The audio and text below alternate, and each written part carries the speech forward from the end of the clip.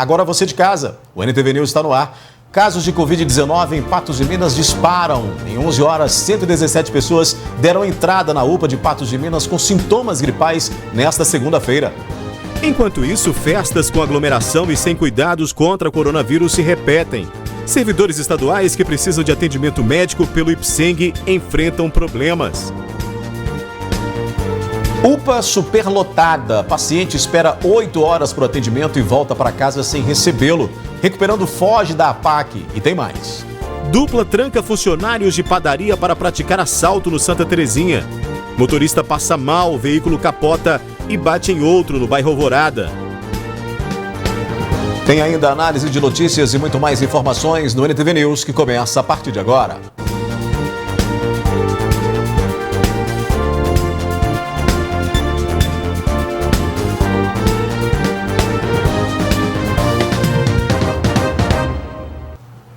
Dois homens foram presos pela Polícia Militar nesta segunda-feira depois de roubar uma padaria no bairro Santa Terezinha, em Patos de Minas. Os bandidos teriam trancado as vítimas dentro de um banheiro para cometer o crime.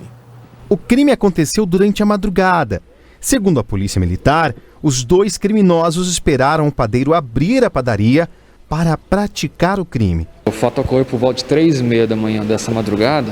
Um padeiro estava abrindo o estabelecimento para iniciar seus trabalhos e os dois autores estavam do outro lado da esquina. Então eles aproveitaram essa ocasião, que viu que essa vítima já estava entrando no estabelecimento com a sua bicicleta e já o rendeu, sendo que um desses indivíduos estava portando uma arma de fogo. Pelo circuito das imagens verificamos que tratasse de uma pistola e já foi contendo a vítima para o interior do estabelecimento. Lá subtraíram alguns fardos de refrigerantes, de energéticos, pegaram 2 aparelhos de celular, sendo um dessa própria vítima e um aparelho de celular do estabelecimento, e também tomaram a bicicleta dessa vítima, que havia chegado nela para o seu trabalho.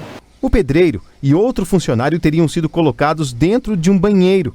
A polícia só ficou sabendo do acontecido 3 horas depois do crime. A Polícia Militar só veio tomar conhecimento desse fato por volta das 6 horas da manhã, quando o patrão da empresa fez contato com a Polícia Militar, uma vez que quando esses autores saíram da padaria, deixaram essas 2 vítimas, que eram um padeiro e mais um funcionário que já estava lá, trancado dentro do banheiro.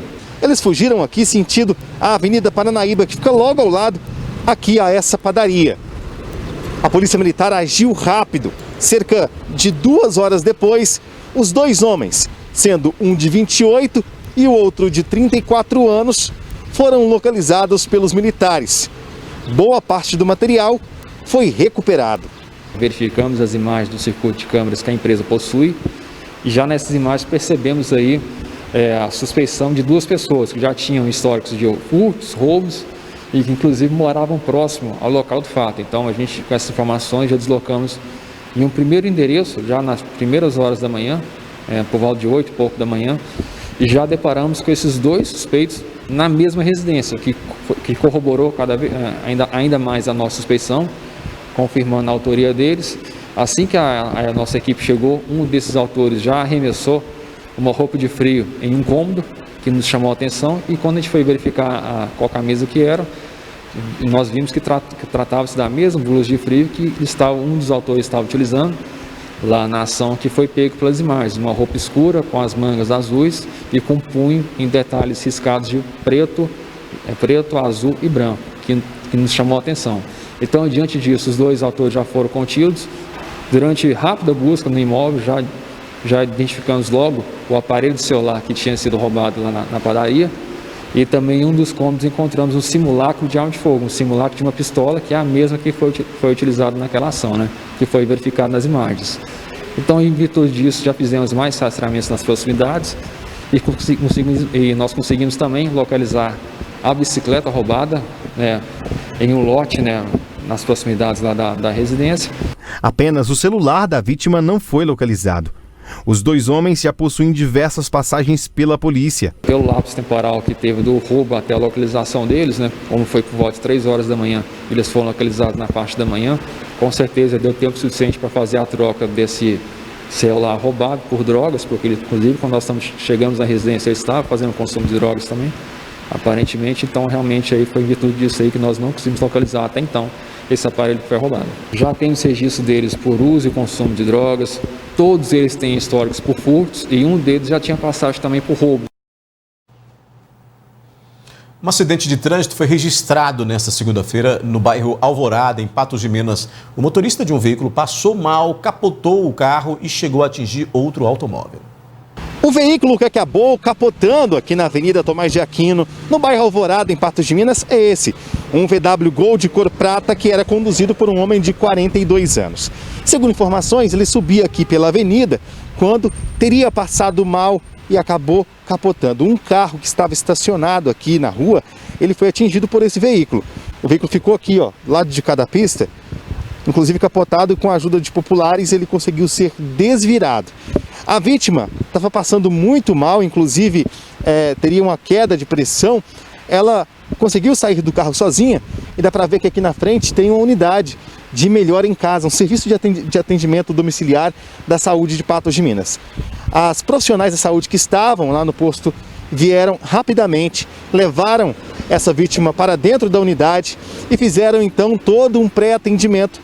Na verdade, ele alegou que pela manhã ele teve uma dor de cabeça forte e que tomou uma medicação e que ele passou mal ali de novo, tudo escureceu, ele estava um pouco confuso, foi caminhando, entrou na unidade nossa aqui, caminhando, mas com uma certa dificuldade, um pouco de confusão mental e dificuldade de movimento dos membros superiores.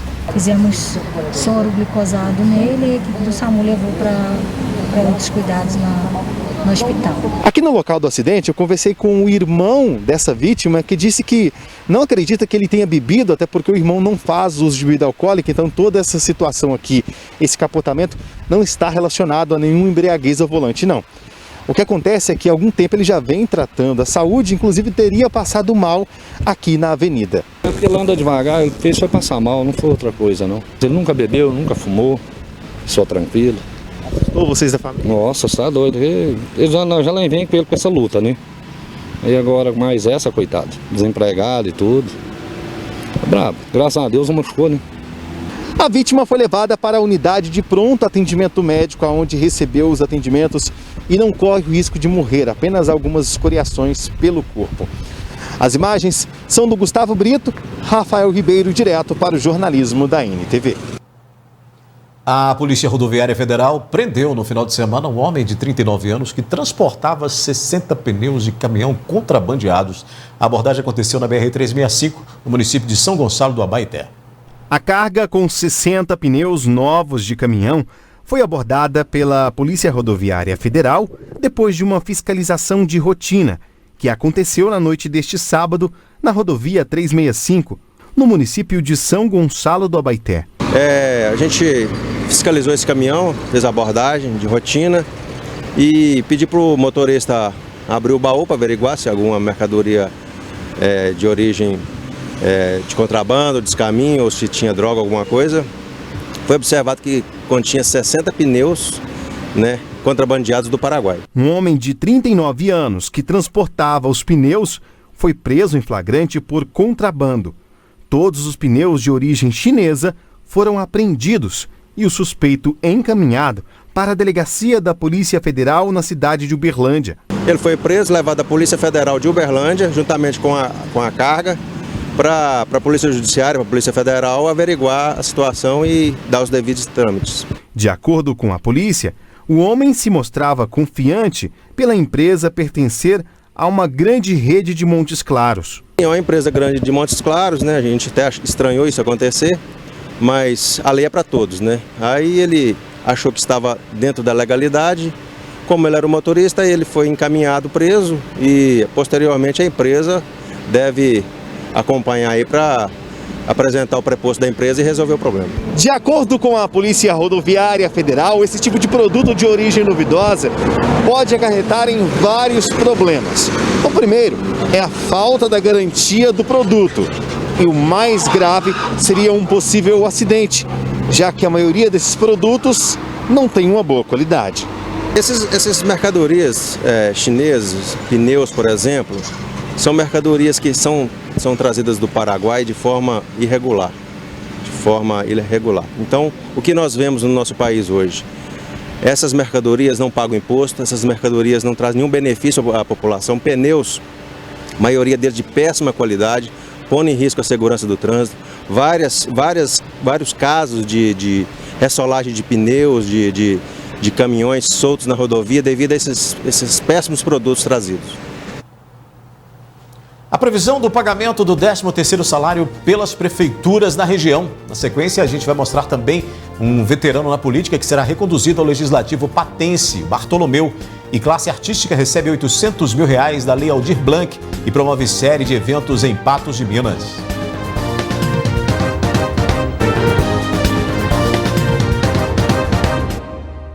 Na série de entrevistas com os vereadores eleitos de Patos de Minas, nós vamos mostrar um veterano na política, Bartolomeu, que foi reconduzido ao cargo. Bartolomeu Ferreira Ribeiro, de 56 anos. Já foi presidente da URT de 1997 até 2003. O homem, que hoje é casado pela segunda vez e tem 4 filhos, entrou para a política nos anos 2000. Naquele ano, Bartolomeu perdeu as eleições, porém não desistiu. Em 16 anos de vida pública, já se candidatou por 6 vezes e foi eleito em 3 eleições. Em 2000 disputei a eleição, perdi. A primeira eleição que eu disputei eu perdi. Aí de lá para cá, em 2004 ganhei, 2008, 2012, fui presidente da Câmara por 2 vezes, E em 2016, como perdi a eleição. Nos últimos 4 anos, o candidato eleito trabalhou como diretor da Câmara Municipal. O anseio dos amigos parlamentares que reconheceram o trabalho dele, afirma o vereador. Como diretor da Câmara, a administração da Câmara ficou toda por nossa conta, Tive a confiança do presidente Francisco Franchiani, nos primeiros 2 anos, depois do Vicente, como presidente, Nós conseguimos muita economia para a Câmara Municipal, Economia financeira, inclusive no ano passado o presidente Vicente devolveu quase 5 milhões para o Executivo, E em 2020 as pessoas acreditou. Uma das eleições mais difíceis que foi disputada, que eu disputei nesses 6 que eu disputei, uma das eleições mais difíceis, mas o povo acreditou. Bartolomeu recebeu 1.037 votos. Em seu próximo mandato, ele disse que pretende continuar atuando em todas as áreas e que pretende dar uma atenção especial, destinando as verbas de subvenção às associações de caridade. Nesses 3 mandatos que eu fui vereador, conseguimos subvenções para várias instituições filantrópicas, várias associações de bairro, várias associações de grupo Congados, essas instituições no total. E nós, como eleito agora novamente, vamos tentar buscar novamente, dar subvenções para essas pessoas que necessitam sim. São pessoas que trabalham sem salário e que vivem na vida pública também. Então essas pessoas precisam sim, essas instituições precisam sim de ser subvencionadas para que possam fazer os seus projetos. Na visão dele, as instituições precisam muito de ajuda, ainda mais depois da pandemia. Tem instituições aí hoje que estão fechando, tem associação de bairro hoje, Você vê poucas associações de bairro atuando, que são importantíssimas para o município, O presidente do bairro é aquele que sempre sabe o que está precisando no bairro. O presidente das instituições filantrópicas também sempre precisa, como a Casa das Meninas, um exemplo, a Casa Euripo Barçanufo, que sempre nós ajudamos com subvenções, não com dinheiro próprio, mas com subvenções do município, colocando subvenções para essas instituições. E essas instituições precisam sim, Eles trabalham lá, os presidentes trabalham sem fins lucrativos, sem nada, e precisam-se de ajuda do município sim. Muitos servidores estão ansiosos pelo 13º salário, mas nem todas as prefeituras da região definiram a data de pagamento do abono salarial. Veja só. A Prefeitura de Patos de Minas informou que fará pagamento em parcela única em 10 de dezembro. Na mesma data, devem ser feitos os pagamentos aos servidores municipais de Lagamar e Lagoa Formosa, de acordo com as prefeituras. A previsão para pagamento do 13º dos servidores de Carmo do Paranaíba é 18 de dezembro, também em parcela única. Em São Gotardo, a Prefeitura espera pagar o salário extra em 30 ou 31 de dezembro. As prefeituras de Guimarães, Presidente Olegário e Patrocínio não sabem precisar a data ainda, mas disseram ser até o fim de dezembro. Os servidores estaduais de Minas Gerais também seguem no compasso da incerteza, pois o governador Romeu Zema ainda não definiu a data de pagamento do 13º salário do funcionalismo público estadual, mas disse que quer anunciar em breve. Cerca de 3 bilhões de reais foram distribuídos a estados e municípios por meio da Lei Aldir Blanc, sancionada em junho deste ano, com o propósito de auxiliar a classe artística durante a pandemia. Em Patos de Minas, a verba arrecadada resultou em projetos e festivais ao longo de toda a semana. Festival Marreco, Festival de Artes Cênicas, Folia, Quilombo, Congado, exposição digital, lives com músicos patenses. De fato, o município de Patos de Minas é farto de artistas, das mais diversas áreas. Entretanto, a pandemia deixou muitas dessas pessoas paradas e sem trabalho. Em junho, o governo federal sancionou a Lei 14.017, conhecida como Lei Aldir Blanc, visando auxiliar a classe artística com uma verba de 3 bilhões de reais.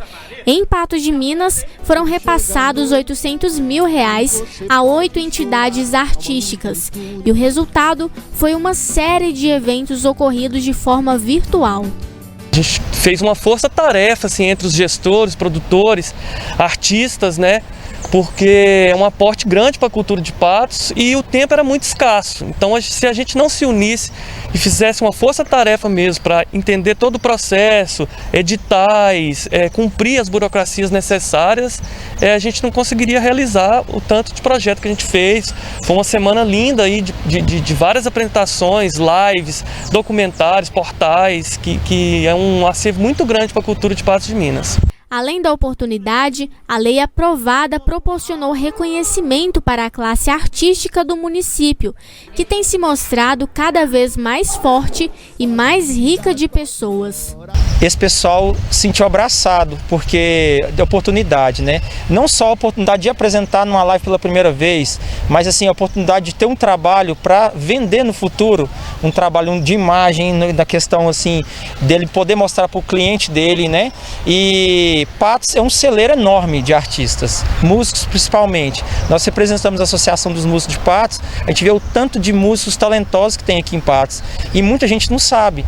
Muito mais que visibilidade, eu nunca vi a classe artística tão unida para desenvolver cada um o seu projeto com base na Lei Aldir Blanc. Nós criamos um grupo de gestores onde havia troca de informações, estou com um problema tal, o outro ajudava. Para se ter uma ideia, foram cerca de 60 músicos participando das lives da AMP, 30 artistas plásticos participando das exposições da Unarte, 7 grupos de teatro do Festival de Artes Cênicas e sem contar as apresentações dos grupos de Congado, Quilombo e folias existentes na cidade, todos realizados de forma online. A gente está incentivando a esses artistas para eles continuar a trabalhar nisso, porque quando ela é reconhecida, ela cria uma vontade de crescer mais, dela falar assim, agora eu vou investir num site, eu vou ver uma mania que eu não tenho, eu vou consertar. E a associação está aí para isso, ela está aí para juntar. Agora, o processo ainda é extenso e burocrático, mas o incentivo serve também de fomento para que as causas dos artistas sejam notadas e que, com isso, novos projetos sejam também abraçados por toda a sociedade. A gente participou desde o início, a gente vê uma produção intensa cultural aqui em Patos de Minas, coisas lindas, mas também a gente vê um abismo profundo de informalidade que a gente já começa a conectar com 2021 com esse foco de capacitar os gestores, capacitar os atores da cultura, isso é muito importante. Pois é, a cultura em suas várias manifestações funciona como um alívio, um respiro para tempos tão duros que a gente tem vivido. Já aqui no NTV News nós vamos mostrar a previsão do tempo para esta semana na região e o alerta da importância da atividade física para a prevenção de mortes.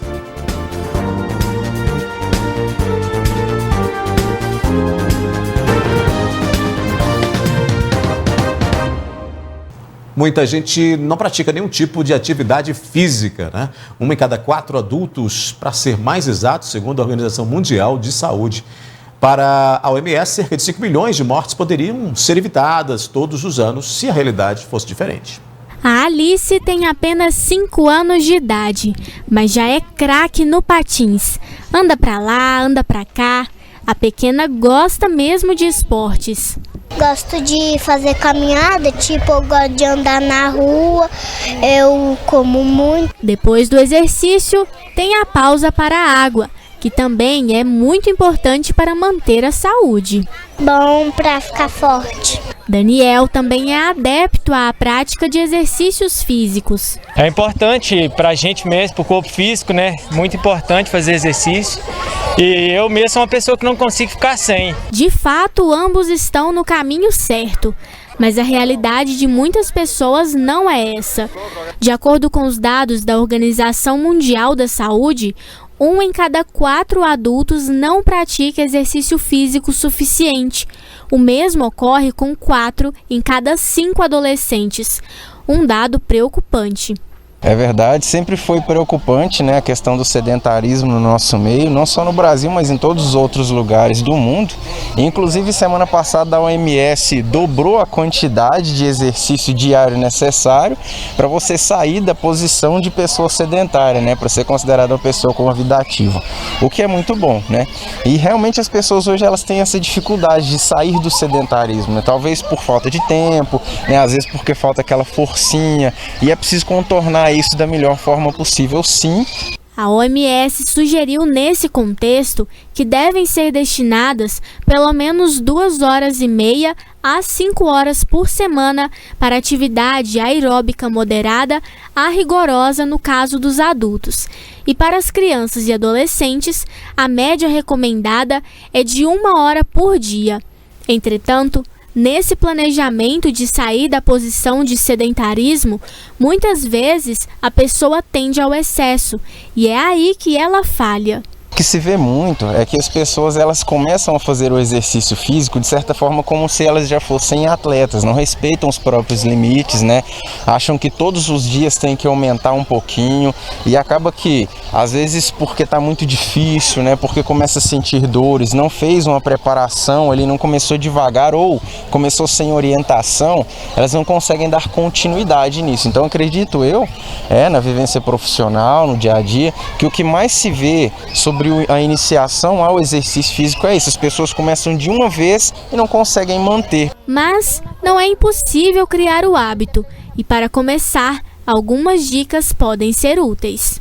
Uma dica que eu dou para você é o seguinte, o que eu gosto de fazer? Qual o exercício físico que eu gosto de fazer? Gosto de lutar. Então vou procurar um professor, né, um profissional de educação física que é lutador e vou começar a treinar com esse profissional porque ele vai saber me introduzir no esporte. E creio eu que seja o primordial, procurar alguém que esteja capacitado para o tal, né? Procurar um profissional de educação física, uma pessoa que passou pelo processo pedagógico de como ensinar. Deixar aqui também uma outra dica. Se alimente antes de fazer o exercício físico, né? Muito importante também uma nutrição adequada para que seu treino possa render e para que você consiga aí chegar no final do dia e falar: treinei bem, foi bacana, hoje eu aproveitei.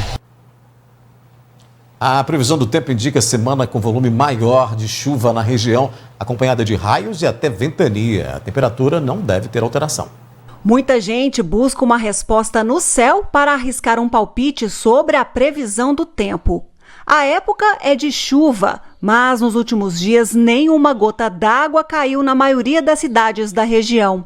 Entretanto, essa semana a previsão é de mais chuva e mais volumosa. Parece que 1 ou 2 dias já sem chuva, a gente já sente um pouco a necessidade do retorno das chuvas. Bom, o que acontece essa semana começa a chegada de uma massa de ar equatorial sobre a nossa região e ela vai aumentando a intensidade à medida que nós entramos aí no mês de dezembro. A partir de amanhã nós já vamos ter aí uma precipitação em torno de 8 a 10 milímetros, isso na região. Mas eu chamo a atenção para após o dia 10 nós temos uma grande concentração de umidade sobre a nossa região com áreas de instabilidade. Então, nesse período de agora, até lá para o dia 14, 10 a 14, nós vamos ter uma instabilidade muito forte sobre a nossa região, com volumes expressivos, grande quantidade de chuva e com descargas elétricas também nesse período. Apesar de provocar medo, as descargas elétricas têm funcionalidade. Na natureza, de um modo geral, ela faz com que a água da chuva carregue nitrogênio para o solo. E isso é extremamente interessante. Nessa semana nós devemos ter já alguma coisa com bastante descarga elétrica, mas concentrando a partir da próxima semana. Também deve ter ocorrência de ventos mais fortes. Lá para quarta ou quinta-feira da próxima semana, já alguma coisa de aumento de vento. Não que seja complicado. Ventos abaixo de 70 km por hora, nós dizemos que eles causam poucos danos. E nós devemos ter alguma coisa aí em torno de 15 a 20 km por hora. Então, nada que a gente possa preocupar com isso. E mesmo com maior volume de chuva, a temperatura não deve sofrer mudança. Essa semana, chegando máximas até 31 graus, e na próxima semana ela deve cair um pouco, por causa do aumento da nebulosidade e da quantidade de chuva. Vai amenizando o clima, né? Olha, já aqui no News, casos de Covid-19 em Patos de Minas disparam. Em 11 horas, 117 pessoas deram entrada na UPA de Patos de Minas com sintomas gripais nesta segunda-feira. Enquanto isso, festas com aglomeração e sem cuidados contra o coronavírus se repetem.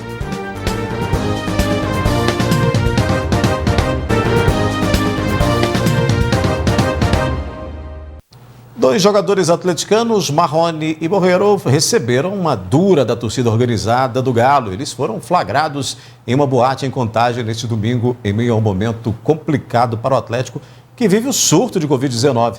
Nessa segunda-feira, o colega Arana disse que o problema será resolvido internamente, mas espera que os dois aprendam.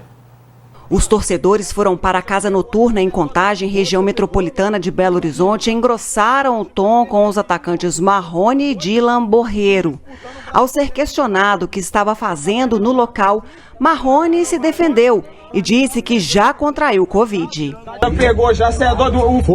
Pegou, mano? E o time? Você é dono do time daqui, naipe, irmão. Você tá ficando doido, irmão? O time disputando o brasileiro aí, o que é que foi, irmão? O que tá pegando alguma coisa aí? Tá pegando alguma coisa? Pra mim tava pegando, tá ligado? Tá tirando, mano. Você tá ficando doido. Os torcedores ficaram furiosos com a postura dos jogadores diante ao surto de Covid-19, que deixou vários jogadores e comissão técnica afastados. No Galo você não joga mais, não. Filho, aqui não é Colômbia, não, filho. Aqui é galopura, filho. Aqui não é... Você tá achando que aqui é... Na coletiva remota desta segunda-feira, Arana foi questionado sobre a balada dos colegas e disse que espera que eles aprendam. Esse assunto será resolvido internamente, não cabe a mim aqui julgar eles. Claro que estamos passando por um momento difícil, mas eles são maiores de idade e sabem das responsabilidades. Então não cabe a mim a tomar nenhuma decisão. Independente do que aconteceu, a gente aqui é uma família e espero que eles aprendam e esse assunto vai ser resolvido internamente. E também circulou fotos de Alain e Vargas em um bar na região de Nova Lima.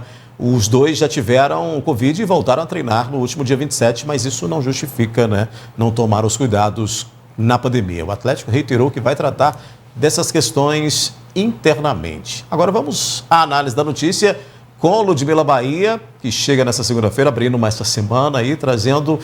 Ludmila, primeiro, boa noite. Segundo, como é que faz com essa questão do Atlético Mineiro, jogadores aí se aglomerando, não respeitando, mesmo diante aí de uma situação que deixou o time quase a perigo de perder aí a primeira posição do Brasileirão. Boa noite. Oi, Odair, boa noite a todos que acompanham o NTV News agora com a análise da notícia. Odair, como que faz? Cadê a explicação do Atlético aberta aí para torcedores, para que todos vejam o exemplo dado dentro do clube? Não é um assunto interno, já que acompanhamos aí toda essa saga do Atlético com relação à Covid, esse surto dentro do CT, atingindo aí vários jogadores, comissão técnica, que retornam agora em meio a uma recuperação que, como você bem disse, quase custou aí os primeiros lugares aí para o Atlético. Foram jogos completamente adversos, difíceis, tendo ali que montar o esquema praticamente dentro de campo, com mudanças da noite para o dia. E é aquela questão, faça o que eu falo, não faça o que eu faço. Parece que esse ditado cabe muito bem ali dentro do Atlético, porque são pessoas que influenciam, são pessoas que conversam, não só com a torcida, mas com a parcela jovem, com atletas e tudo mais. E com esse tipo de comportamento só incentiva que outras pessoas também façam a mesma coisa. Então, assim, é lamentável ver esse tipo de cena, esse tipo de situação, e sem mas nenhum tipo de cuidado, viu, Daí? Pois é, e aí tem aquela questão, né? O controle disso é muito rígido, né? O retorno do futebol exige protocolo muito rígido, e aí acaba o Atlético, por exemplo, que é um dos times que passou por isso, assim como o Flamengo, Palmeiras e outros clubes, ficando com um déficit de jogadores, né? A vantagem do Atlético, por exemplo, é porque tem aí praticamente um segundo time no banco, o que ajudou a segurar ali a liderança do Brasileirão. Mas, mas apanhou os 2 primeiros jogos, não foi fácil não, o time perdeu, de treinar a equipe, de não ajustar, de não ter entrosamento em campo, de ter ali jogadores que não tinham essa frequência que o Sampaoli empregava nos demais titulares. Então, assim, custou assim ao time, e é por conta desse custo que a torcida cobrou e tem cobrado. Os jogadores são alvo, sim, e também os próprios torcedores ajudam a custear, né, toda a despesa e até mesmo os salários dos jogadores e todo mundo ali. Então, a torcida também pode e deve cobrar, e é nesse interesse aí que esses torcedores ficaram enraivecidos e com razão. Depois do susto, imagino que eles não vão aí mais se aglomerar, não. Ô, Ludmila, vamos continuar falando aí dessa questão da Covid-19, mas agora a gente focando na situação que ocorre com frequência relacionado a um número de pessoas que se envolvem em situações um tanto quanto complicadas, perigosas, né? Muitas pessoas se cansaram do vírus, mas a Covid-19 não se cansou da gente, né? Infelizmente.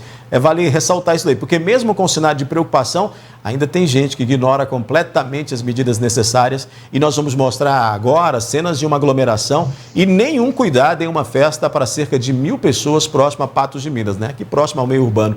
E olha que a organização driblou até a fiscalização. Pelas primeiras imagens, imagina-se que estava tudo ok, sem muitas pessoas, ambientes abertos. Às 11h30 da noite, Polícia Militar e Vigilância Sanitária estiveram no local da festa, a 4 quilômetros de Patos de Minas, para realizar a fiscalização, pois a estimativa era de que haveria cerca de 1.000 pessoas no local. O organizador foi notificado e informou à vigilância que seriam apenas aquelas poucas pessoas. Entretanto, poucas horas depois, o cenário era outro.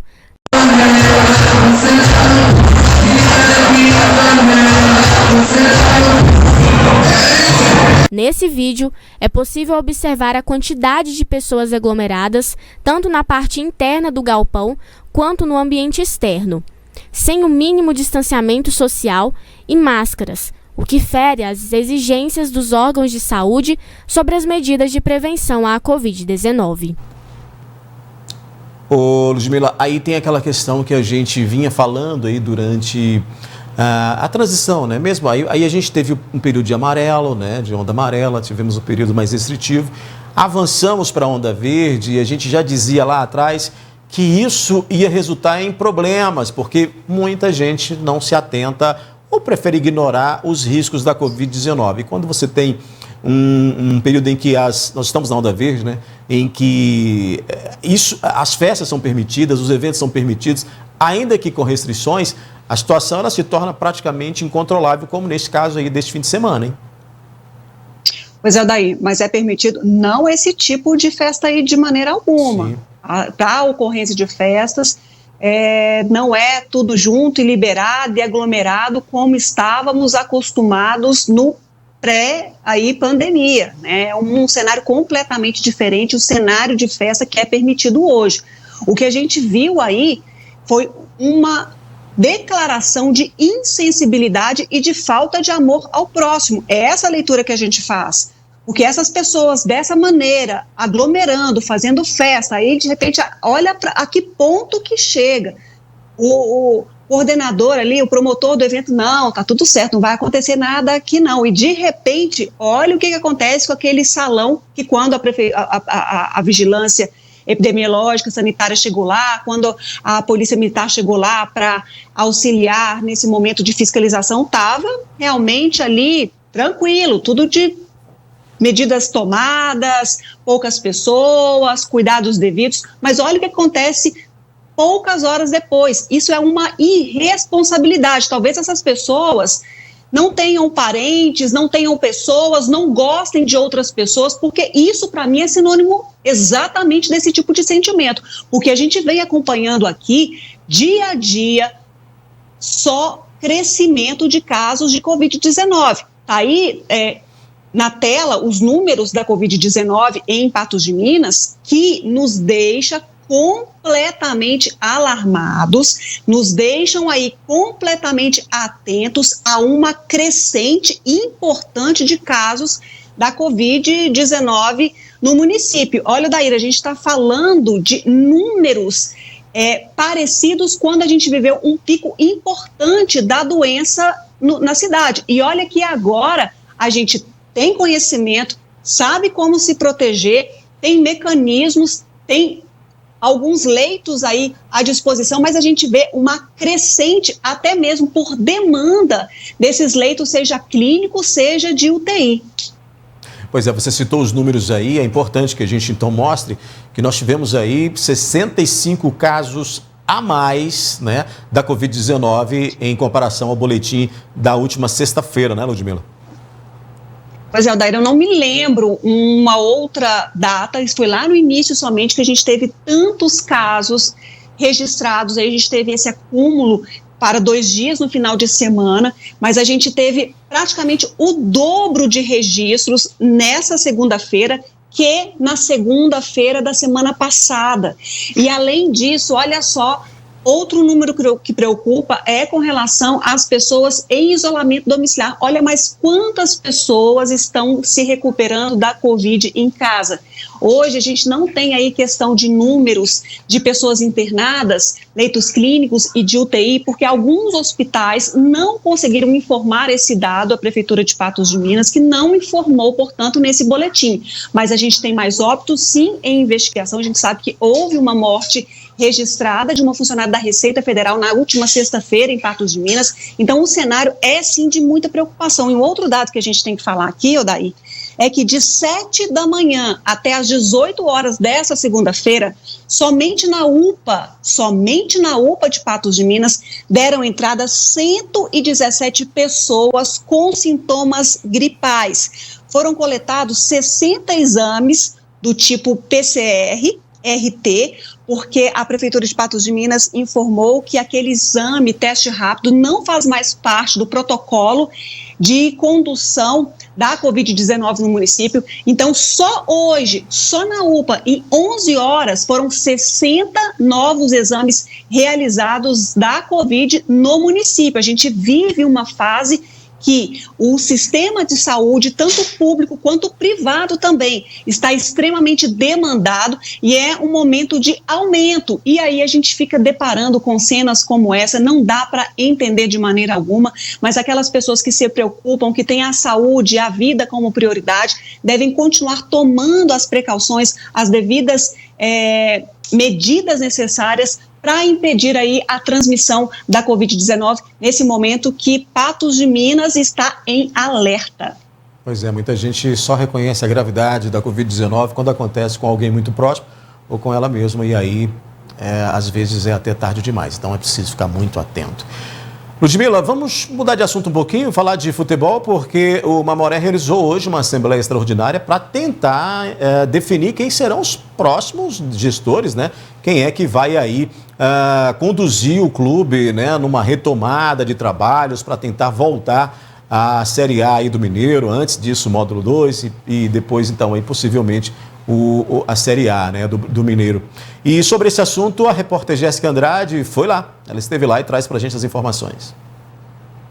Bom, de volta aqui, agora nós estamos na sede do Rotary Clube de Patos de Minas, onde acontece uma reunião entre associados e outros colaboradores do Esporte Clube Mamoré para a escolha da nova direção executiva do time. Eu vou conversar agora com o Edson Reis, que até o momento ainda é o presidente do Esporte Clube Mamoré.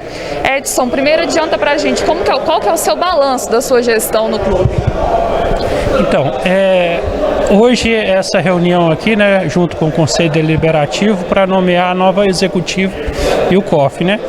Assim, no aspecto do futebol, infelizmente a gente não teve um sucesso que foi o rebaixamento. Então, nesse aspecto, a gente não tendo sucesso é visto como negativo. Mas a gente tem que olhar também para o lado da gestão do clube, né, da questão de não endividamento, né, porque quando a gente assumiu aqui no financeiro, há 3 anos atrás, o clube estava numa situação muito difícil financeiramente.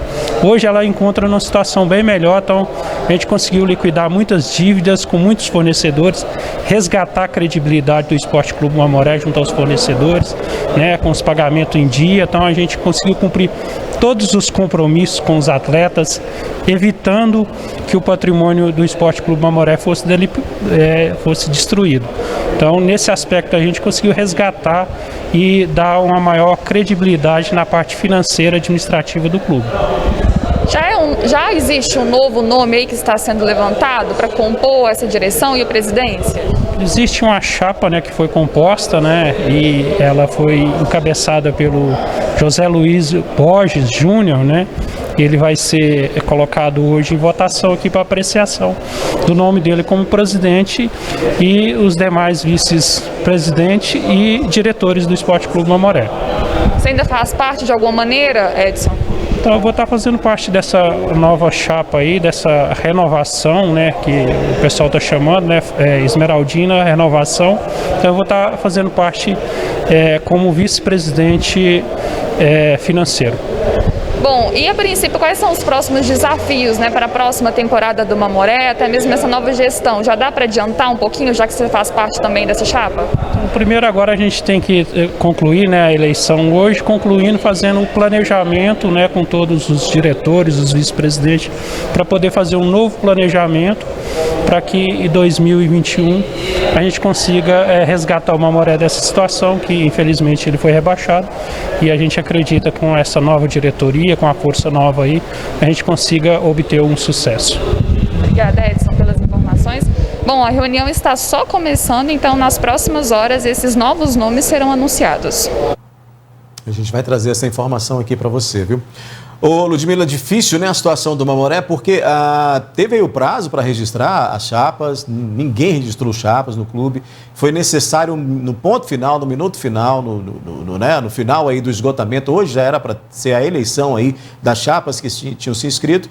Na verdade, o que se fez foi um arranjo, né, uma nomeação, né, para que novos dirigentes possam aí tomar conta do Mamoré, um momento muito complicado para o Sapo, né? Foi quase que pelo amor de Deus, alguém socorre o Mamoré, porque ninguém quer essa batata quente.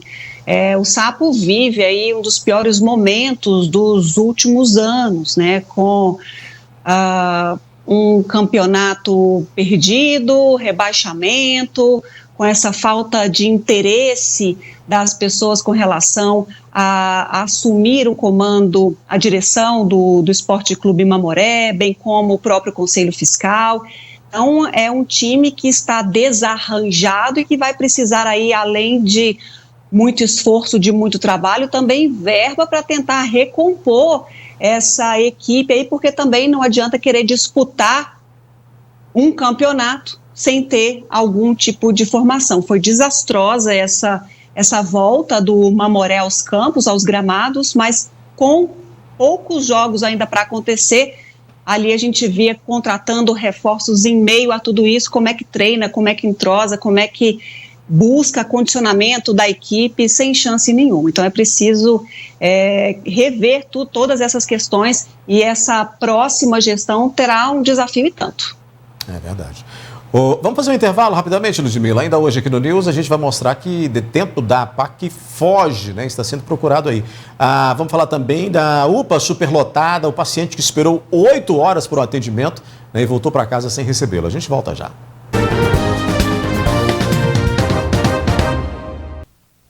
Nós estamos de volta e agora a gente continua, né, fazendo aí a nossa análise da notícia, trazendo aí mais informação para você, porque afinal de contas a gente vai falar de um caso de fuga da APAC, né, que aconteceu e que está sendo aí verificado aí pela polícia. A repórter Jéssica Andrade tem a informação.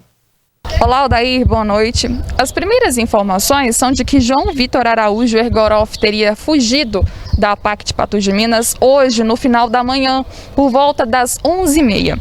Ele é natural da cidade de Lagoa da Prata. A princípio, ele teria sido transferido do presídio de Presidente Olegário para a APAC de Patos de Minas, onde então ele cumpria a pena. A Polícia Militar fez durante a tarde várias tentativas de busca e até o momento faz ainda rastreamentos para tentar localizá-lo. Pois é, Ludmila, ainda não foi localizado a APAC, que serve como um local para poder deixar essas pessoas que estão num momento mais tranquilo aí, né, esses condenados que são aí selecionados para poder cumprir o restante da pena em um ambiente ali melhor, né, podemos dizer assim, que vai os recapacitar para voltar ao seio da sociedade. No entanto, esse senhor acabou aí fugindo, né? Está em fuga e está sendo procurado. Complicada a situação dele, né? Porque ele perde todos os benefícios que teve para poder ficar nesse regime aí da APAC, né? E a gente sabe que a APAC tem um modelo diferente para esses detentos, para o cumprimento de pena. Ali o interno tem uma série de benefícios, ele tem a oportunidade de execução de várias tarefas e é dado a ele uma certa liberdade, até pela confiança e até como funciona a sistemática, como funciona o próprio sistema. E aí, por isso que a gente causa esse estranhamento quando algum interno foge da APAC, como aconteceu nessa segunda-feira. Muito bem. Vamos mudar de assunto, vamos falar de saúde, dificuldades na saúde. Ludmila, hoje um paciente, né, perdeu a paciência por ficar esperando horas e mais horas na UPA em Patos de Minas, uma situação bastante complicada que se repete e a gente então tem esse material para mostrar aqui, ó. No final de semana, o Eli apresentou fortes dores de ouvido, ligou na UPA e foi orientado a procurar o centro de especialidades nesta segunda-feira. Devido a gente ter chegado lá e estar fechado, a gente procurou a UPA. Quando a gente chegou lá, eu fiz a triagem, tudo certinho. Eles me perguntaram o que estava acontecendo, eu afirmei, eu falei, estava sentindo umas pontadas muito fortes na cabeça e o meu ouvido doendo. Aí eles falaram que eu podia guardar, que ia ser chamado. A gente esperando e nada. Eu procurei a direção, eles falaram que o meu nome estava na lista. Na verdade, eu pedi minha esposa para procurar primeiro, ela foi uma vez. Eles falaram que estava na lista, que tinha que aguardar chamar. Depois de mais um tempo eu fui de novo, perguntei, eles falaram de novo. E eu procurei uma terceira vez e eles falaram que nada, que o nome estava na lista. A espera na UPA foi mais de 8 horas e nada. O Eli voltou para casa sem atendimento. Devido à demora, e minha esposa é gestante, já está para ganhar a menina, ela não poderia guardar mais comigo lá. E a gente está até agora sem almoçar, sem comer, eu passando mal, sentindo dor. E ela também, né, devido a, como se diz, por ela ser gestante, não pode ficar muito no local lá devido à pandemia, essa coisa de Covid-19, né? E eu peguei e resolvi vir embora. Agora eu vou procurar uma farmácia e vou ver o que eu faço. Se eu consigo um medicamento e tomar um remédio por conta própria. Porque lá tá cheio de gente, não para de chegar gente. E o atendimento está muito demorado. A gente não sabe se tem pouco médico, o que é que está acontecendo. Mas assim, eu fiquei lá praticamente de 7 até agora, até depois das 3 horas, que é o horário que eu vim embora. E eu não fui atendido. Ludmila, o Eli, inclusive, fez boletim de ocorrências, né, para se resguardar de providências futuras, situações que ele possa ir, então, buscar até na justiça também, né, caso ele queira, né, serve para isso esse registro. Nós tivemos resposta aí sobre essa situação, essa demora, Ludmila? Odair, uma resposta que deixou a gente assim, sem entender, e o Eli também voltou para casa. E uma coisa que a gente sempre fala aí, e os médicos sempre batem na tecla, cuidado com a automedicação, não se automediquem, porque pode haver prejuízos para a saúde. Mas no caso dele, ele disse, olha, eu não tenho outra senão buscar a automedicação aqui nesse caso. Porque ele chegou lá, segundo a coordenação da UPA, ele fez a ficha de entrada dele às 7h27 da manhã, aí ele passou pela triagem, que foi detectado que o caso não era de urgência, não era um caso prioritário, e aí o Eli ficou esperando conforme ele relatou pra gente. Sabe que horas, Odair, que chamaram o Eli para atendimento? 16h36, mais de 9 horas depois que ele havia dado entrada na UPA. Como ele falou, né? Lá, né? Não estava mais lá. Ele ficou lá, ele ficou 8 horas lá ainda. Ele teve muita paciência, porque ele precisava realmente do atendimento, mas ele não suportou ficar mais que 8 horas, até por condições da própria esposa grávida, então retornou para casa. E mais de 9 horas depois, ele foi chamado para ser atendido e, obviamente, ele não estava mais naquele local, até porque precisava se alimentar, e ali não é fornecido alimentação para as pessoas que estão esperando. Olha só que situação, Odair. E a UPA hoje enfrentou superlotação realmente. A gente até falou no bloco anterior da quantidade de pessoas que procuraram a unidade, que deram entrada com sintomas gripais. Foram feitos só hoje 60 exames do tipo PCR-RT, que é aquele teste ouro para a Covid-19, e segundo a coordenação da UPA, além de ter hoje uma superlotação, muitas pessoas procurando a unidade de pronto atendimento em Patos de Minas, há também um grande déficit de médicos, por diversos motivos, ou os médicos estão de atestado, ou férias, licenças, pedidos de remoção, exoneração, o que tem acarretado aí muito desfalque para atendimento à população, e num momento como esse, Odair, num momento como esse que as pessoas começam a registrar aí um crescimento por Covid-19 ou com sintomas da Covid-19 e que precisam desse acompanhamento de perto. Pois é, acompanhamento esse que tem falhas, né? E aí deixa as pessoas de diversos setores em dificuldades quando dependem do serviço público, né, Ludmila? O atendimento médio, ainda segundo a coordenação da UPA, foram 20 pacientes por hora, só nessa segunda-feira. Muito complicado. A gente encerra por aqui? Algo mais, Ludmila? Hoje a gente encerra por aqui. Amanhã no NTV News, daí a gente mostra mais problemas na questão da saúde. A gente vê problemas no atendimento público, não só municipal, mas também estadual. Aqueles servidores, por exemplo, que dependem do IPSENG, têm enfrentado uma série de problemas para atendimento em cidades do interior, como em Patos de Minas. Amanhã a gente mostra essa situação que tem mobilizado aí o sindicato para tentar uma alternativa junto ao governo de Minas Gerais para melhorar o atendimento dos servidores públicos estaduais. E amanhã a gente mostra esse material completo e discute sobre essa questão. Saúde pedindo socorro em vários sentidos aí, Odair. É verdade. Até lá, então. Obrigada pela companhia, a todos que acompanharam a análise da notícia, o NTV News. Beijo, fiquem com Deus. Saúde. Tchau, tchau. Outras notícias você acessa o portal patujá.com.br. O NTV News estará de volta amanhã, às 19 horas. Até lá.